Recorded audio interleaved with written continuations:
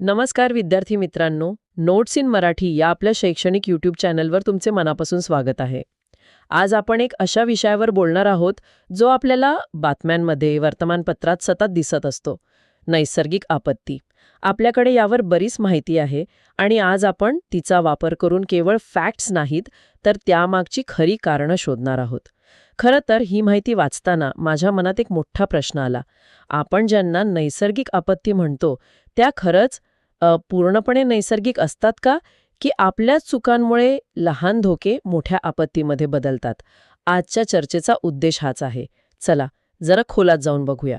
सुरुवात करूया त्या आपत्तीपासून जी सगळ्यात जास्त भीतीदायक वाटते, कारण ती अचानक येते. भूकंप.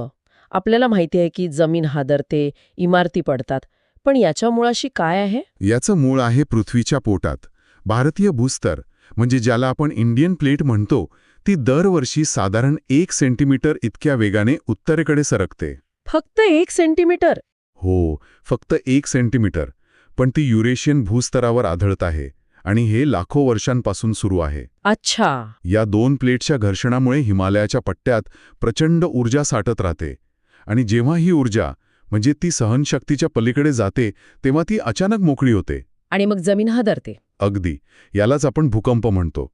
ही एक पूर्णपणे नैसर्गिक प्रक्रिया आहे. बरोबर. आणि आपल्याकडच्या माहितीत भारताचा एक नकाशाही दिला आहे, ज्यात देशाला 5 वेगवेगळ्या भूकंपप्रवण क्षेत्रामध्ये विभागलं आहे. हो, ते झोन्स. हो, ते झोन्स. त्यात ईशान्य भारत, काश्मीर, हिमाचल आणि कच्छचा भाग झोन 5 मध्ये येतो, म्हणजे सर्वाधिक धोका. मग माझा प्रश्न हा आहे की जर आपल्याला हे धोके कुठे आहेत हे इतकं स्पष्ट माहिती आहे, तर मग प्रत्येक वेळी भूकंप आल्यावर इतकं मोठं नुकसान का होतं, जसं 2001 मध्ये कच्छमध्ये झालं होतं? तुम्ही अगदी अचूक मुद्दा पकडला आहे. आणि इथेच नैसर्गिक धोका आणि नैसर्गिक आपत्ती यांतला फरक स्पष्ट होतो. धोका आणि आपत्ती हे वेगळे शब्द आहेत? हो, खूप महत्वाचा फरक आहे. बघा, हिमालयाच्या पट्ट्यात किंवा कच्छमध्ये भूकंपाची शक्यता असणं हा एक नैसर्गिक धोका आहे, हॅझर्ड. म्हणजे एक भौगोलिक वस्तुस्थिती. अगदी. ती आपण बदलू शकत नाही. पण जेव्हा हा धोका प्रत्यक्षात येतो आणि हजारो लोक मृत्युमुखी पडतात, लाखो घरं कोसळतात, तेव्हा ती आपत्ती बनते, डिझास्टर. आणि ही आपत्ती आपण घडवतो. बरोबर. ही आपत्ती निसर्ग नाही, तर आपण घडवतो. कच्छमध्ये जे झालं त्यात अनेक इमारती भूकंप प्रतिरोधक नियमांचा पालन न करता बांधल्या गेल्या होत्या. म्हणजे धोका नैसर्गिक होता, पण त्या धोक्याला तोंड देण्यास आपला समाज तयार नव्हता. त्यामुळे त्या धोक्याचं रूपांतर विनाशकारी आपत्तीत झालं. सगळा खेळ आपल्या तयारीचा आणि आपल्या चुकांचा आहे. वाह. म्हणजे भूकंप लोकांना मारत नाही, नाही. तर चुकीच्या पद्धतीने बांधलेल्या इमारती मारतात. हा विचार करण्याची एक पूर्णपणे नवीन दिशा आहे. हो. याच माहितीत असंही म्हटलं आहे की काही आपत्ती तर पूर्णपणे मानवनिर्मित असतात.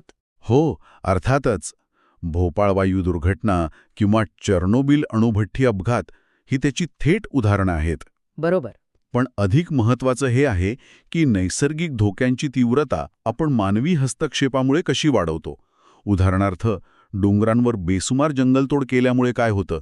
जमीन भुसभुशीत होते. हो, आणि मग थोड्याशा पावसानेही भूस्खलन होतं. हा धोका निसर्गाने नाही, तर आपण वाढवला आहे. आपण जमिनीखालच्या धोक्याबद्दल बोललो. आता जरा जमिनीवरच्या आणि आकाशातून येणाऱ्या धोक्याबद्दल बोलूया. भूकंपानंतर भारतात लोकांना सर्वाधिक प्रभावित करणारी गोष्ट म्हणजे पूर. काही भागांमध्ये तर पूर ही एक वार्षिक समस्या बनली आहे. हो, आणि पुराची कारणं वरवर पाहता खूप सोपी वाटतात. खूप पाऊस पडला, नद्यांना जास्त पाणी आलं की पूर येतो. आसाम, बिहार, पश्चिम बंगाल ही राज्ये यासाठी ओळखली जातात. पण इथेही मानवी हस्तक्षेप. नक्कीच. परिस्थिती गंभीर झाली आहे.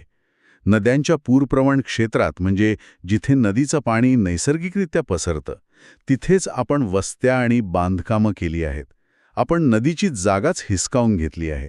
विशेषतः शहरांमध्ये, नाही का? मुंबई किंवा चेन्नईसारख्या शहरांमध्ये थोडा जास्त पाऊस पडला की लगेच पाणी तुंबतं.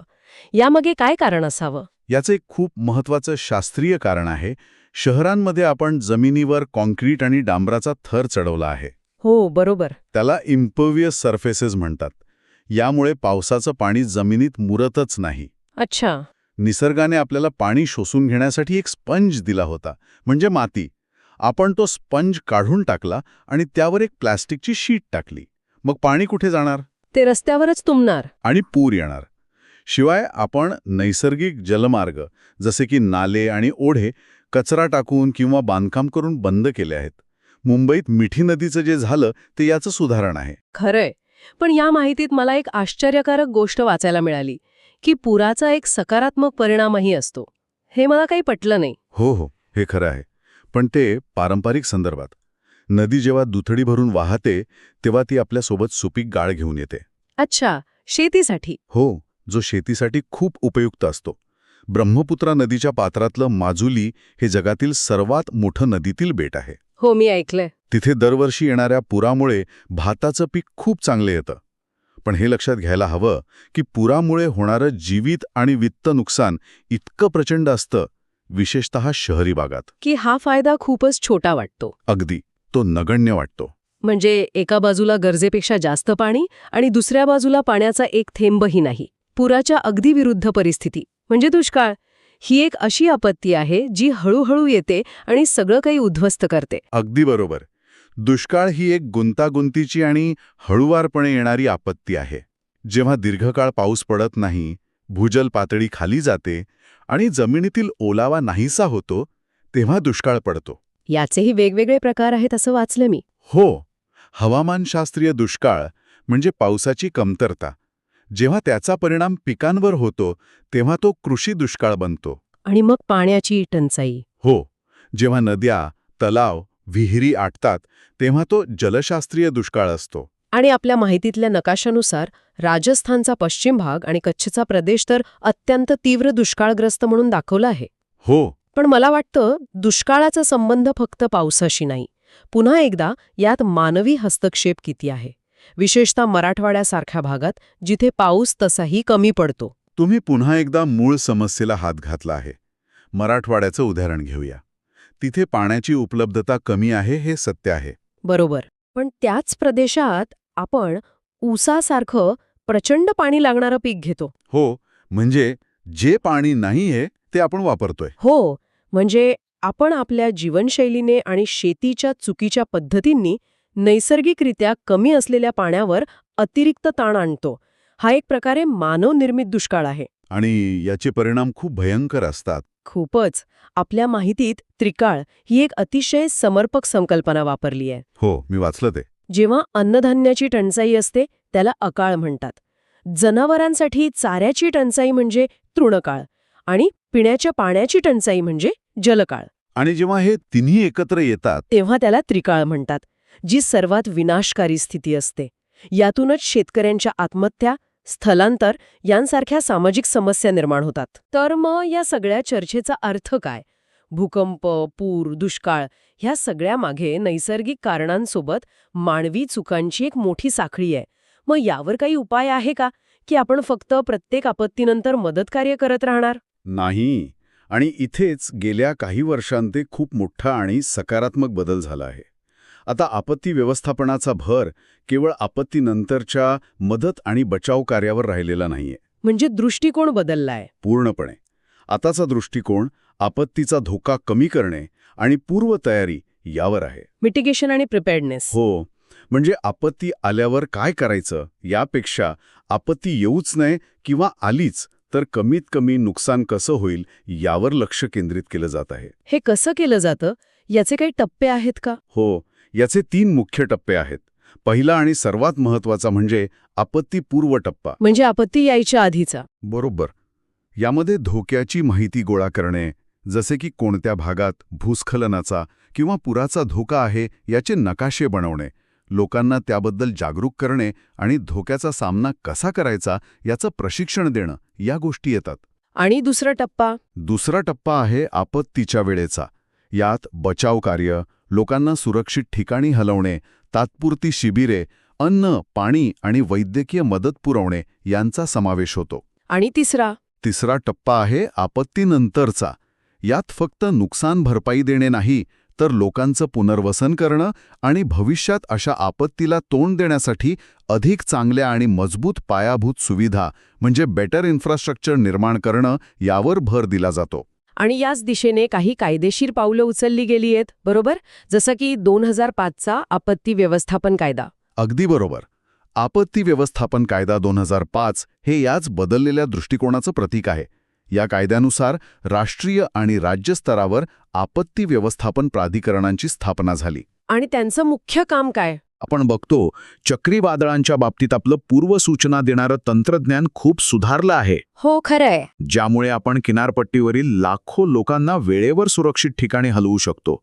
हे याच दृष्टिकोनाचे एक उत्तम उदाहरण आहे. म्हणजे आपण आता रिॲक्टिव्ह वरून प्रोॲक्टिव्ह बनत आहोत. ही खूपच दिलासादायक गोष्ट आहे. हो, पण अजून मोठा पल्ला गाठायचा आहे. कायदे आहेत, संस्था आहेत, पण त्यांची जमिनीवर अंमलबजावणी ती अजूनही एक आव्हान आहे. हो, विशेषतः अनधिकृत बांधकामांना रोखणे आणि पर्यावरणपूरक विकास करणे यात आपण अजूनही मागे आहोत. तर आजच्या या चर्चेतून एक गोष्ट अगदी स्पष्ट झाली. आपत्ती या केवळ नैसर्गिक घटना नसतात. त्या नैसर्गिक धोके आणि मानवी चुका यांच्यातील गुंतागुंतीच्या संबंधातून जन्माला येतात. अगदी. भारताची भौगोलिक रचना आणि प्रचंड लोकसंख्या आपल्याला अधिक संवेदनशील बनवते. पण सर्वात महत्त्वाची गोष्ट म्हणजे योग्य नियोजन, पूर्वतयारी आणि आपल्या चुका सुधारून आपण भविष्यातील नुकसान नक्कीच कमी करू शकतो. जाता जाता ऐकणाऱ्यांसाठी एक विचार सुढून जातो. आपल्या माहितीतच हा प्रश्न विचारला आहे आणि मला तो खूप महत्त्वाचा वाटतो. कोणता? विकासात्मक कामे आपत्तीचे कारण कधी बनू शकतात? अच्छा. आपण आपल्या शहरात होणारे मोठे रस्ते, धरणं किंवा इमारतींच्या बांधकामाकडे विकास म्हणून पाहतो. पण आजच्या चर्चेनंतर आपण हा विचार नक्कीच करायला हवा की हा विकास आपल्याला नैसर्गिक धोक्यांपासून अधिक सुरक्षित करत आहे की अधिक असुरक्षित. बरोबर. रस्त्यांसाठी डोंगर पोखरल्याने भूस्खलनाचा धोका वाढत नाहीये का? किंवा नदीपात्रात बांधकाम केल्याने पुराची तीव्रता वाढत नाहीये का? या प्रश्नांची उत्तरं शोधण्यातच खऱ्या अर्थाने आपत्ती व्यवस्थापन दडलेलं आहे.